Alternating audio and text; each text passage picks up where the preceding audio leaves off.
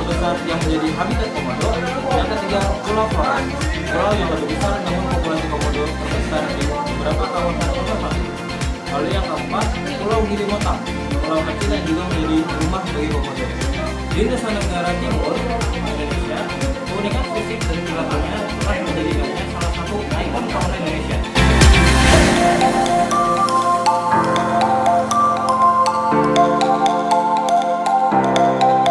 Konservasi komodo Varanus comodiensis sangat penting mengingat statusnya yang terancam punah akibat perubahan habitat, perburuan liar, dan ancaman lainnya.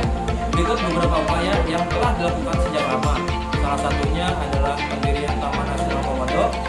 Kawasan konservasi ini bertujuan untuk melindungi habitat komodo dan ekosistem sekitarnya.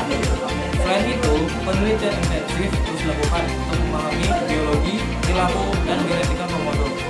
Program penangkaran juga menjadi bagian penting dari upaya konservasi, di mana komodo dikembangbiakkan dalam kondisi terkendali untuk kemudian dilepasliarkan kembali ke alam liar.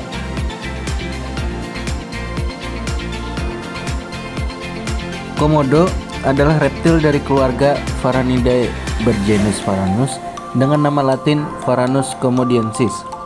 Komodo adalah kadal terbesar di dunia. Komodo liar bisa ditemukan di Nusa Tenggara Timur, tepatnya di Pulau Komodo Princess dan beberapa pulau kecil di sekitarnya. Serta di pesisir barat Pulau Flores, habitat komodo adalah padang rumput yang terbuka atau sabana, dan hutan belukar. Kadang juga di pesisir pantai di alam liar. Komodo dewasa biasanya berbobot 70 kg. Akan tetapi, jika di penangkaran seringkali lebih besar. Spesimen terbesar yang pernah ditemukan berbobot 166 kg dan memiliki panjang 3,3 meter. Walaupun komodo memegang gelar kadal terbesar, tetapi mereka bukan yang terpanjang. Ular kadal terpanjang di dunia masih dipegang oleh Varanus salvadori atau bela Papua, komodo jantan yang lebih besar. Komodo jantan lebih besar daripada komodo betina dengan warna kulit yang sedikit berbeda.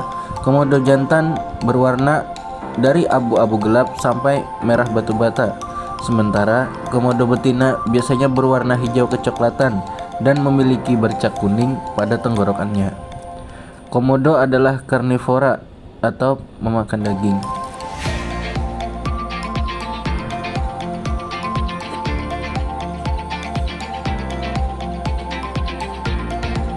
Komodo adalah karnivora atau pemakan daging, tetapi mereka cenderung memakan bangkai.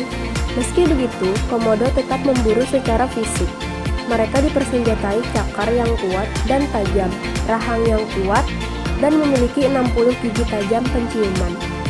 Menggunakan lidahnya yang mampu mendeteksi bangkai sejauh 4-9,5 km dan penglihatan yang cukup baik, walaupun tidak dapat melihat di malam hari karena retinanya hanya berisi sel kerucut. Komodo menurut dengan cara menyergap mangsanya, menggigit dan menginfeksi mangsanya dengan liurnya yang penuh dengan bakteri, lalu menyebabkan septikemia serius, yaitu kondisi di mana terjadinya peradangan di seluruh tubuh. Lalu mencari mangsanya yang telah menyerah atau mati dengan penciuman lidah yang tajamnya mencapai 9 km, dan dengan rahangnya yang lentur, komodo dapat melahap mangsanya yang besarnya hingga puluhan ton dari berat tubuhnya sekaligus. Setelah makan besar, komodo biasanya langsung berjemur, membantu mencerna makanannya di dalam perut karena metabolisme komodo lambat. Ada kemungkinan makanan tersebut busuk dalam perut yang dapat meracuni komodo jika tidak segera dicerna di bawah sinar matahari. Setelah makan besar, komodo dapat bertahan tanpa makan dalam sebulan. Biasanya mereka hanya makan 12 kali dalam setahun. Pada dasarnya, musim kawin komodo biasanya berlangsung pada bulan Mei hingga Agustus. Selama musim kawin, pejantan memperebutkan kekuasaan dan betinanya dengan berkelahi atau bergelut sampai berdiri menggunakan kaki belakang, lalu saling mendorong dan memukul dengan kaki depan, dan komodo yang menang akan mendapatkan betina dan mendekatinya. Komodo betina bersih agresif saat musim kawin. Mereka mencakar, menggigit, dan memberontak saat perkawinan berlangsung.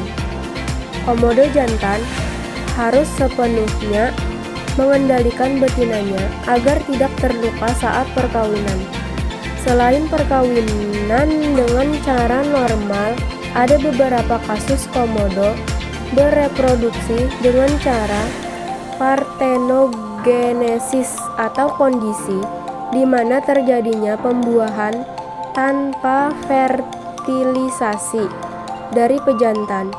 Pada tanggal 20 Desember 2006 dilaporkan bahwa komodo yang hidup di kebun binatang Chester diketahui menghasilkan telur tanpa fertilisasi atau pembuahan dari perkawinan. Ia mengeluarkan 11 telur dan 7 diantaranya berhasil menetas. Peneliti dari Universitas Liverpool di Inggris Utara melakukan tes genetika pada 4 telur yang gagal menetas. Setelah dipindahkan ke inkubator, terbukti bahwa komodo betina tidak memiliki kontak fisik dengan komodo jantan. Setelah temuan yang mengejutkan ini, penguji lalu dilakukan terhadap telur-telur dan diketahui bahwa telur-telur itu pun dihasilkan tanpa pembuahan dari luar. Meskipun adaptasi ini bersifat menguntungkan, akan tetapi tetap perlu waspada karena partenogenesis mungkin dapat mengurangi keragaman genetika atau terjadi banyak perkawinan sedarah. Komodo memiliki sifat rumahan. Sebuah studi yang diterbitkan di Proceedings of the Royal Society mengungkap sifat alami rumahan komodo. Studi ini mengangkat komodo tidak mau keluar dari Pulau Komodo, Rinca, dan sekitarnya, dikarenakan komodo sudah merasa aman dan nyaman berada di rumahnya, sehingga tidak menginginkan apapun lagi. Padahal komodo dapat menempuh jarak puluhan kilometer, bermedan berat sekalipun. Lalu, apakah komodo tidak bisa melakukan navigasi ke tempat lain? Untuk menjawabnya, para peneliti melakukan 2 jenis eksperimen. Pertama, memindahkan 7 komodo dewasa dari wilayah asal sejauh 22 km, tetapi masih dalam wilayah yang sama. Eksperimen kedua memindahkan komodo ke pulau lain yang terpisah. Lautan berjarak tidak lebih dari 1,6 km. Ini menunjukkan komodo dapat melakukan perjalanan melewati medan berat tanpa hambatan dengan kemampuan navigasinya. Ancaman terbesar terhadap kelestarian komodo adalah perburuan liar. Perburuan liar memang merupakan ancaman terbesar terhadap kelestarian komodo. Komodo yang merupakan spesies hadal terbesar di dunia berada di bawah ancaman perburuan ilegal. Bagian tubuh komodo seperti kulit dan organ dalam dipercaya memiliki khasiat obat sehingga mendorong permintaan yang tinggi di pasar gelap. Selain itu, kerusakan habitat akibat aktivitas manusia seperti pembangunan infrastruktur dan pertambangan juga mengancam keberlangsungan hidup komodo. Perubahan iklim juga memberikan dampak yang signifikan, serta eksploitasi sumber daya alam yang tidak terbarukan, terutama kenaikan permukaan air laut yang dapat mengurangi luas habitat komodo. Upaya konservasi komodo untuk menjaga kelestarian komodo. Perlu ada upaya konservasi yang lebih kuat, termasuk pengawasan terhadap pemburuan liar, perlindungan habitat, dan pendidikan kepada masyarakat mengenai pentingnya melindungi spesies unik ini. Pemerintah Indonesia telah mengambil langkah-langkah penting untuk melindungi komodo melalui status kawasan konservasi dan program-program pemulihan spesies lainnya, namun tidak hanya berfokus pada perlindungan fisik, tetapi juga melibatkan edukasi dan pemberdayaan masyarakat. Masyarakat sekitar kawasan Taman Nasional Komodo diberikan pemahaman tentang pentingnya melestarikan komodo dan diajak untuk berpartisipasi dalam kegiatan konservasi. Selain itu, pengembangan pariwisata yang berkelanjutan juga menjadi salah satu fokus utama. Pariwisata dapat menjadi sumber pendapatan bagi masyarakat sekitar, namun harus dikelola dengan baik agar tidak mengganggu habitat komodo yang lain.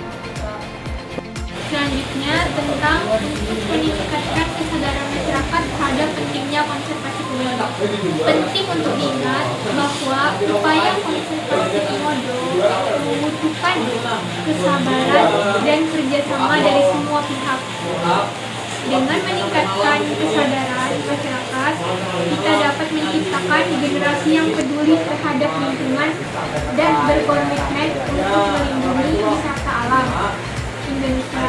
Berbagai upaya yang dapat dilakukan seperti kampanye edukasi melalui media sosial, media massa, dan acara-acara komunitas lainnya. Selain itu, pengembangan wisata edukasi dapat menjadi sarana yang efektif untuk mengenalkan komodo kepada masyarakat luas. Dengan melibatkan masyarakat secara aktif dalam upaya konservasi, diharapkan tercipta rasa tanggung jawab bersama dalam menjaga kelestarian. Konservasi komodo adalah tanggung jawab kita bersama. Konservasi komodo memang menjadi tanggung jawab kita bersama, baik sebagai warga negara Indonesia maupun sebagai bagian dari masyarakat global. Komodo sebagai salah satu spesies endemik Indonesia dan ikon dunia memiliki peran penting dalam menjaga keseimbangan ekosistem. Karena komodo merupakan spesies reptil terbesar yang ada di dunia dan hanya ditemukan di Indonesia saja. Keberadaannya menjadi bukti kekayaan hayati Indonesia yang luar biasa.